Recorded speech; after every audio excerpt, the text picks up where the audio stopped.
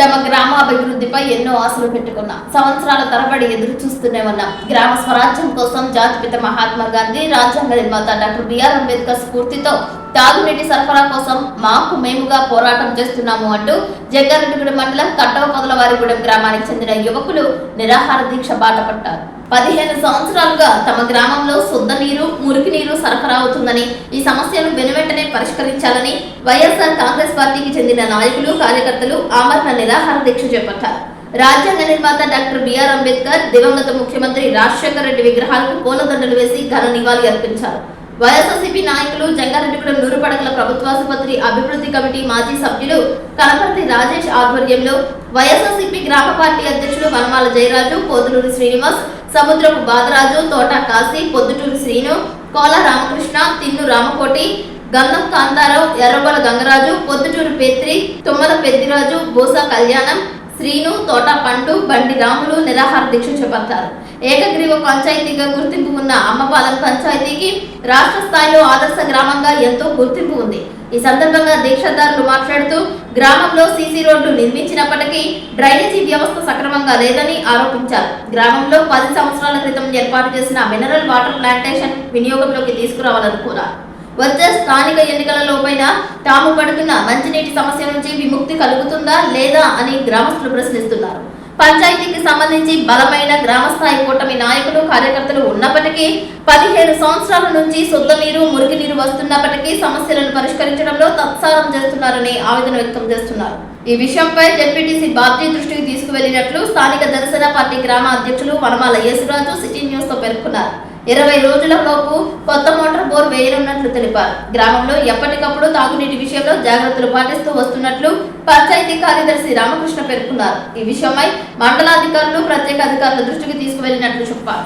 Ammapalem panchayat Janasena party incharge అండి. అయితే ఈ వాటర్ ప్రాబ్లం అనేది గత 15 ఏళ్ల నుంచి ఉంది. ఎవరో దీన్ని ముందుకు తీసుకెళ్లేదండి. అయితే ఇప్పుడు అందరూ కలిసి ఈ ప్రాబ్లం గురించి మాట్లాడుతున్నారు కాబట్టి నాయకుల దృష్టికి వచ్చింది. అందుకని చెప్పి వెంటనే మేము మా పై నాయకులకి వివరించడం జరిగిందండి.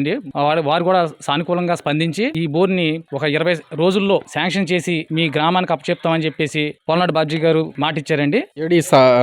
బోర్ గురించిన సమస్య చెప్తున్నారండి. దీనికి సంబంధించి గత 5 సంవత్సరాలను బట్టి మాకు ఇలాగ బోర్లో నుంచి ఇలా శుద్ధ వాటర్ వస్తుంది అని చెప్పారండి.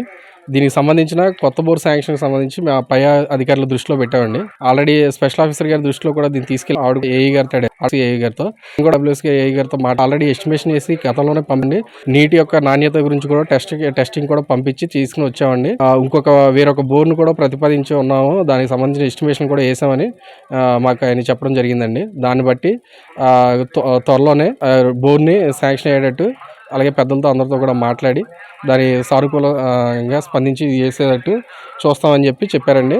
ఎస్టిమేషన్ కూడా అన్ని రెడీగా కూడా ఏఈ గారు ఇన్ఫర్మేషన్ ఇచ్చారండి. కరెంట్ కనెక్షన్ ఉంది, దానికి కూడా చేసాము. అది ఇచ్చేసి ఫర్దర్గా దాన్ని స్టార్ట్ చేయడానికి మేము చర్యలు తీసుకుంటామని చెప్పి. జంగారెడ్డిగూడెం మండలం అమ్మపాలెం పంచాయతీలోని కట్టవపొదలగూడెం గ్రామం అండి. మాకు 15 సంవత్సరాలు బట్టి త్రాగునీటి సమస్య చాలా అధ్వానంగా ఉంది. 15 సంవత్సరాలు బట్టి కూడా మట్టి నీరు, శుద్ధ నీరు ఇవే బతుకుతున్నాం. మినరల్ వాటర్ ప్లాంట్ కూడా గవర్నమెంట్ వారు మాకు శాంక్షన్ చేసి ఇచ్చారు 10 సంవత్సరాల క్రితం. దాన్ని కూడా ఓపెన్ చేయలేదు ఇప్పుడు వరకు. నిరుపయోగంగా ఉంది. 15 లక్షలు గ్రాంట్ చేసినా నిరుపయోగంగా ఉంది. మాకు మండల స్థాయిలో అధికారులు కానీ, జల స్థాయిలో అధికారులు కానీ, లోకల్ ఉన్న అధికారులు కానీ మాకు వీటి మీద ఇంత ముందు ఎన్నిసార్లు చెప్పినా స్పందన అయితే మాకు కనిపించలేదు. ఇప్పుడైనా మాకు అధికారులు, మీరు ఈ ఛానల్ ద్వారా అధికారుల దృష్టికి తెలియజేయడానికి మాట్లాడుతున్నాం. ఆ దృష్టి అధికారులు వెంటనే పరిష్కారం దిశగా ఈ సమస్యని పరిష్కరించాలని కోరుకుంటున్నాం. వర్షం కురితే సార్ కాలనీలో కూడా నీరు మొత్తం ఇళ్లలోకి వెళ్ళిపోతుంది సార్. అదొకటి. ఈ వెనకాల తోటూరు బజార్ ఒకటి ఉంది సార్. దాంట్లో కూడా చెరువు లాగా ఉంటుంది సార్. అదొకటి. ఎర్రల సుబ్బారావు గారి ఇంటి వెనకాల ఒక బజార్ ఉంది సార్.